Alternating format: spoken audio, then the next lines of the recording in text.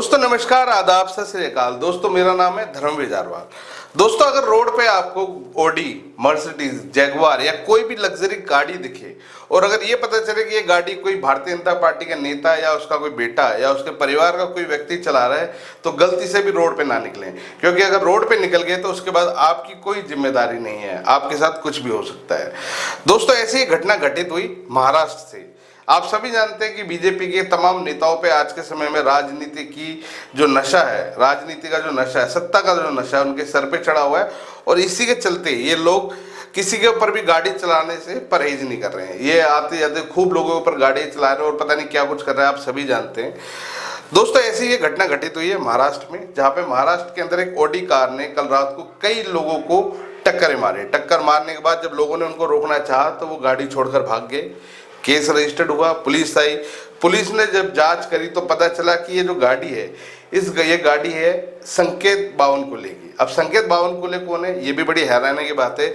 महाराष्ट्र के भारतीय जनता पार्टी के प्रमुख जो है चंद्रशेखर बावनकुले और उनका बेटा है संकेत बावनकुले, जिनके नाम पे ये गाड़ी रजिस्टर्ड है। इस गाड़ी के अंदर बकायदा 3 लोग थे और ये बताया जा रहा है कि ये गाड़ी चंद्रशेखर बावनकुले चला रहे थे।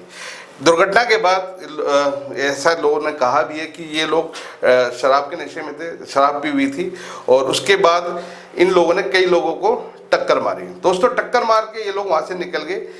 कई लोगों को चोट आई है, कई लोग जख्मी हुए हैं, गाड़ियों का भी बड़ा नुकसान हुआ है। खैर गनीमत ये रहेगी किसी तरह के हताहत होने की किसी के कोई खबर ऐसी नहीं आई है, परंतु लोगों का नुकसान काफी हुआ है। दोस्तों पुलिस ने केस रजिस्टर्ड कर लिया। उसके बाद भारतीय जनता पार्टी के जो प्रमुख है चंद्रशेखर बावनकुले, उनका एक बयान भी सामने आया। उन्होंने पुलिस से स्पेशली कहा है कि पूरी ईमानदारी के साथ निष्पक्ष इस पे जांच होनी चाहिए, किसी के साथ कोई भेदभाव नहीं होना चाहिए।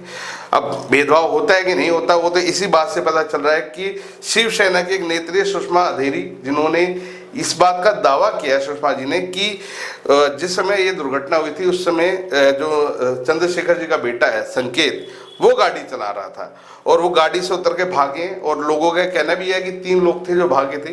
पर पुलिस ने जो अपनी रिपोर्ट एक दाखिल की उसमें ये बताया कि जो गाड़ी थी वो संकेत के कोई दोस्त चला रहे थे, संकेत गाड़ी में था ही नहीं, वो मौजूद ही नहीं था। अब इसी चीज से पता चल रहा है कि कितनी ईमानदारी से पुलिस जांच कर रही है।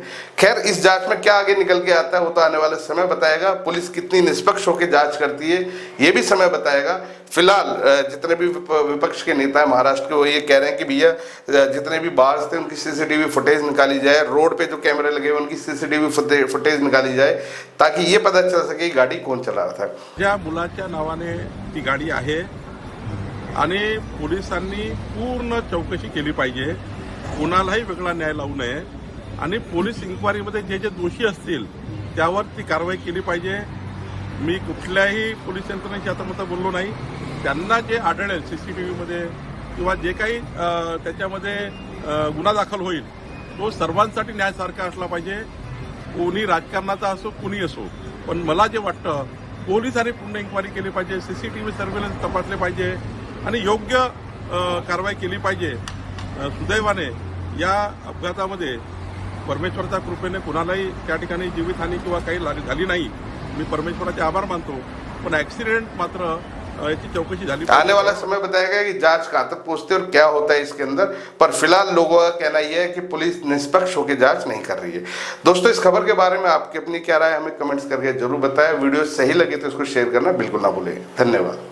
उस एरिया चौक में वो इंसिडेंस हुआ है और उसमें जो गाड़ी व्हाइट कलर की ऑडी है और संकेत बावनकुले के नाम के है, वो उनके मालिक है।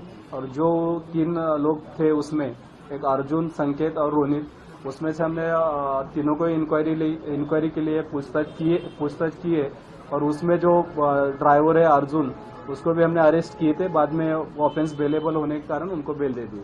सर इसमें कहा जा रहा है कि शराब पीकर गाड़ी चला रहे थे, पुलिस ने इस दिशा में क्या इंक्वायरी की और क्या तथ्य सामने आए? वो मेडिकल उनकी किए, मेडिकल सैंपल भी हमें एफएसएल के लिए भेज दिया है और उनका रिपोर्ट अभी भी वेटेड है। सर ये गाड़ी का नंबर प्लेट मिसिंग था ऐसा भी कहा जा रहा है। जब हमने गाड़ी सीज की तब नंबर प्लेट गाड़ी में थे, जो MH40 CY 4040 करके है, इलेक्ट्रिक व्हीकल है। जब ये इंसिडेंट हुआ तब उसमें कौन कौन मौजूद था गाड़ी में? उसमें 3 लोग मौजूद थे। उसमें अर्जुन हावरे, संकेत बावनकुले और रोनित चित्तमा। कुछ लोग इंजर्ड भी, उनकी स्थिति क्या है? वो नॉर्मल थे, उनके मेडिकल भी किए उस समय ही, तो उसमें कोई सीरियस इंजरी किसी को नहीं है। संकेत बावनकुळे को इंक्वायरी के लिए बुलाया गया था क्या, और क्या हुआ इसमें? संकेत बावनकुळे को इंक्वायरी के लिए बुलाया था, उन्होंने एग्री भी किया कि वो गाड़ी में थे।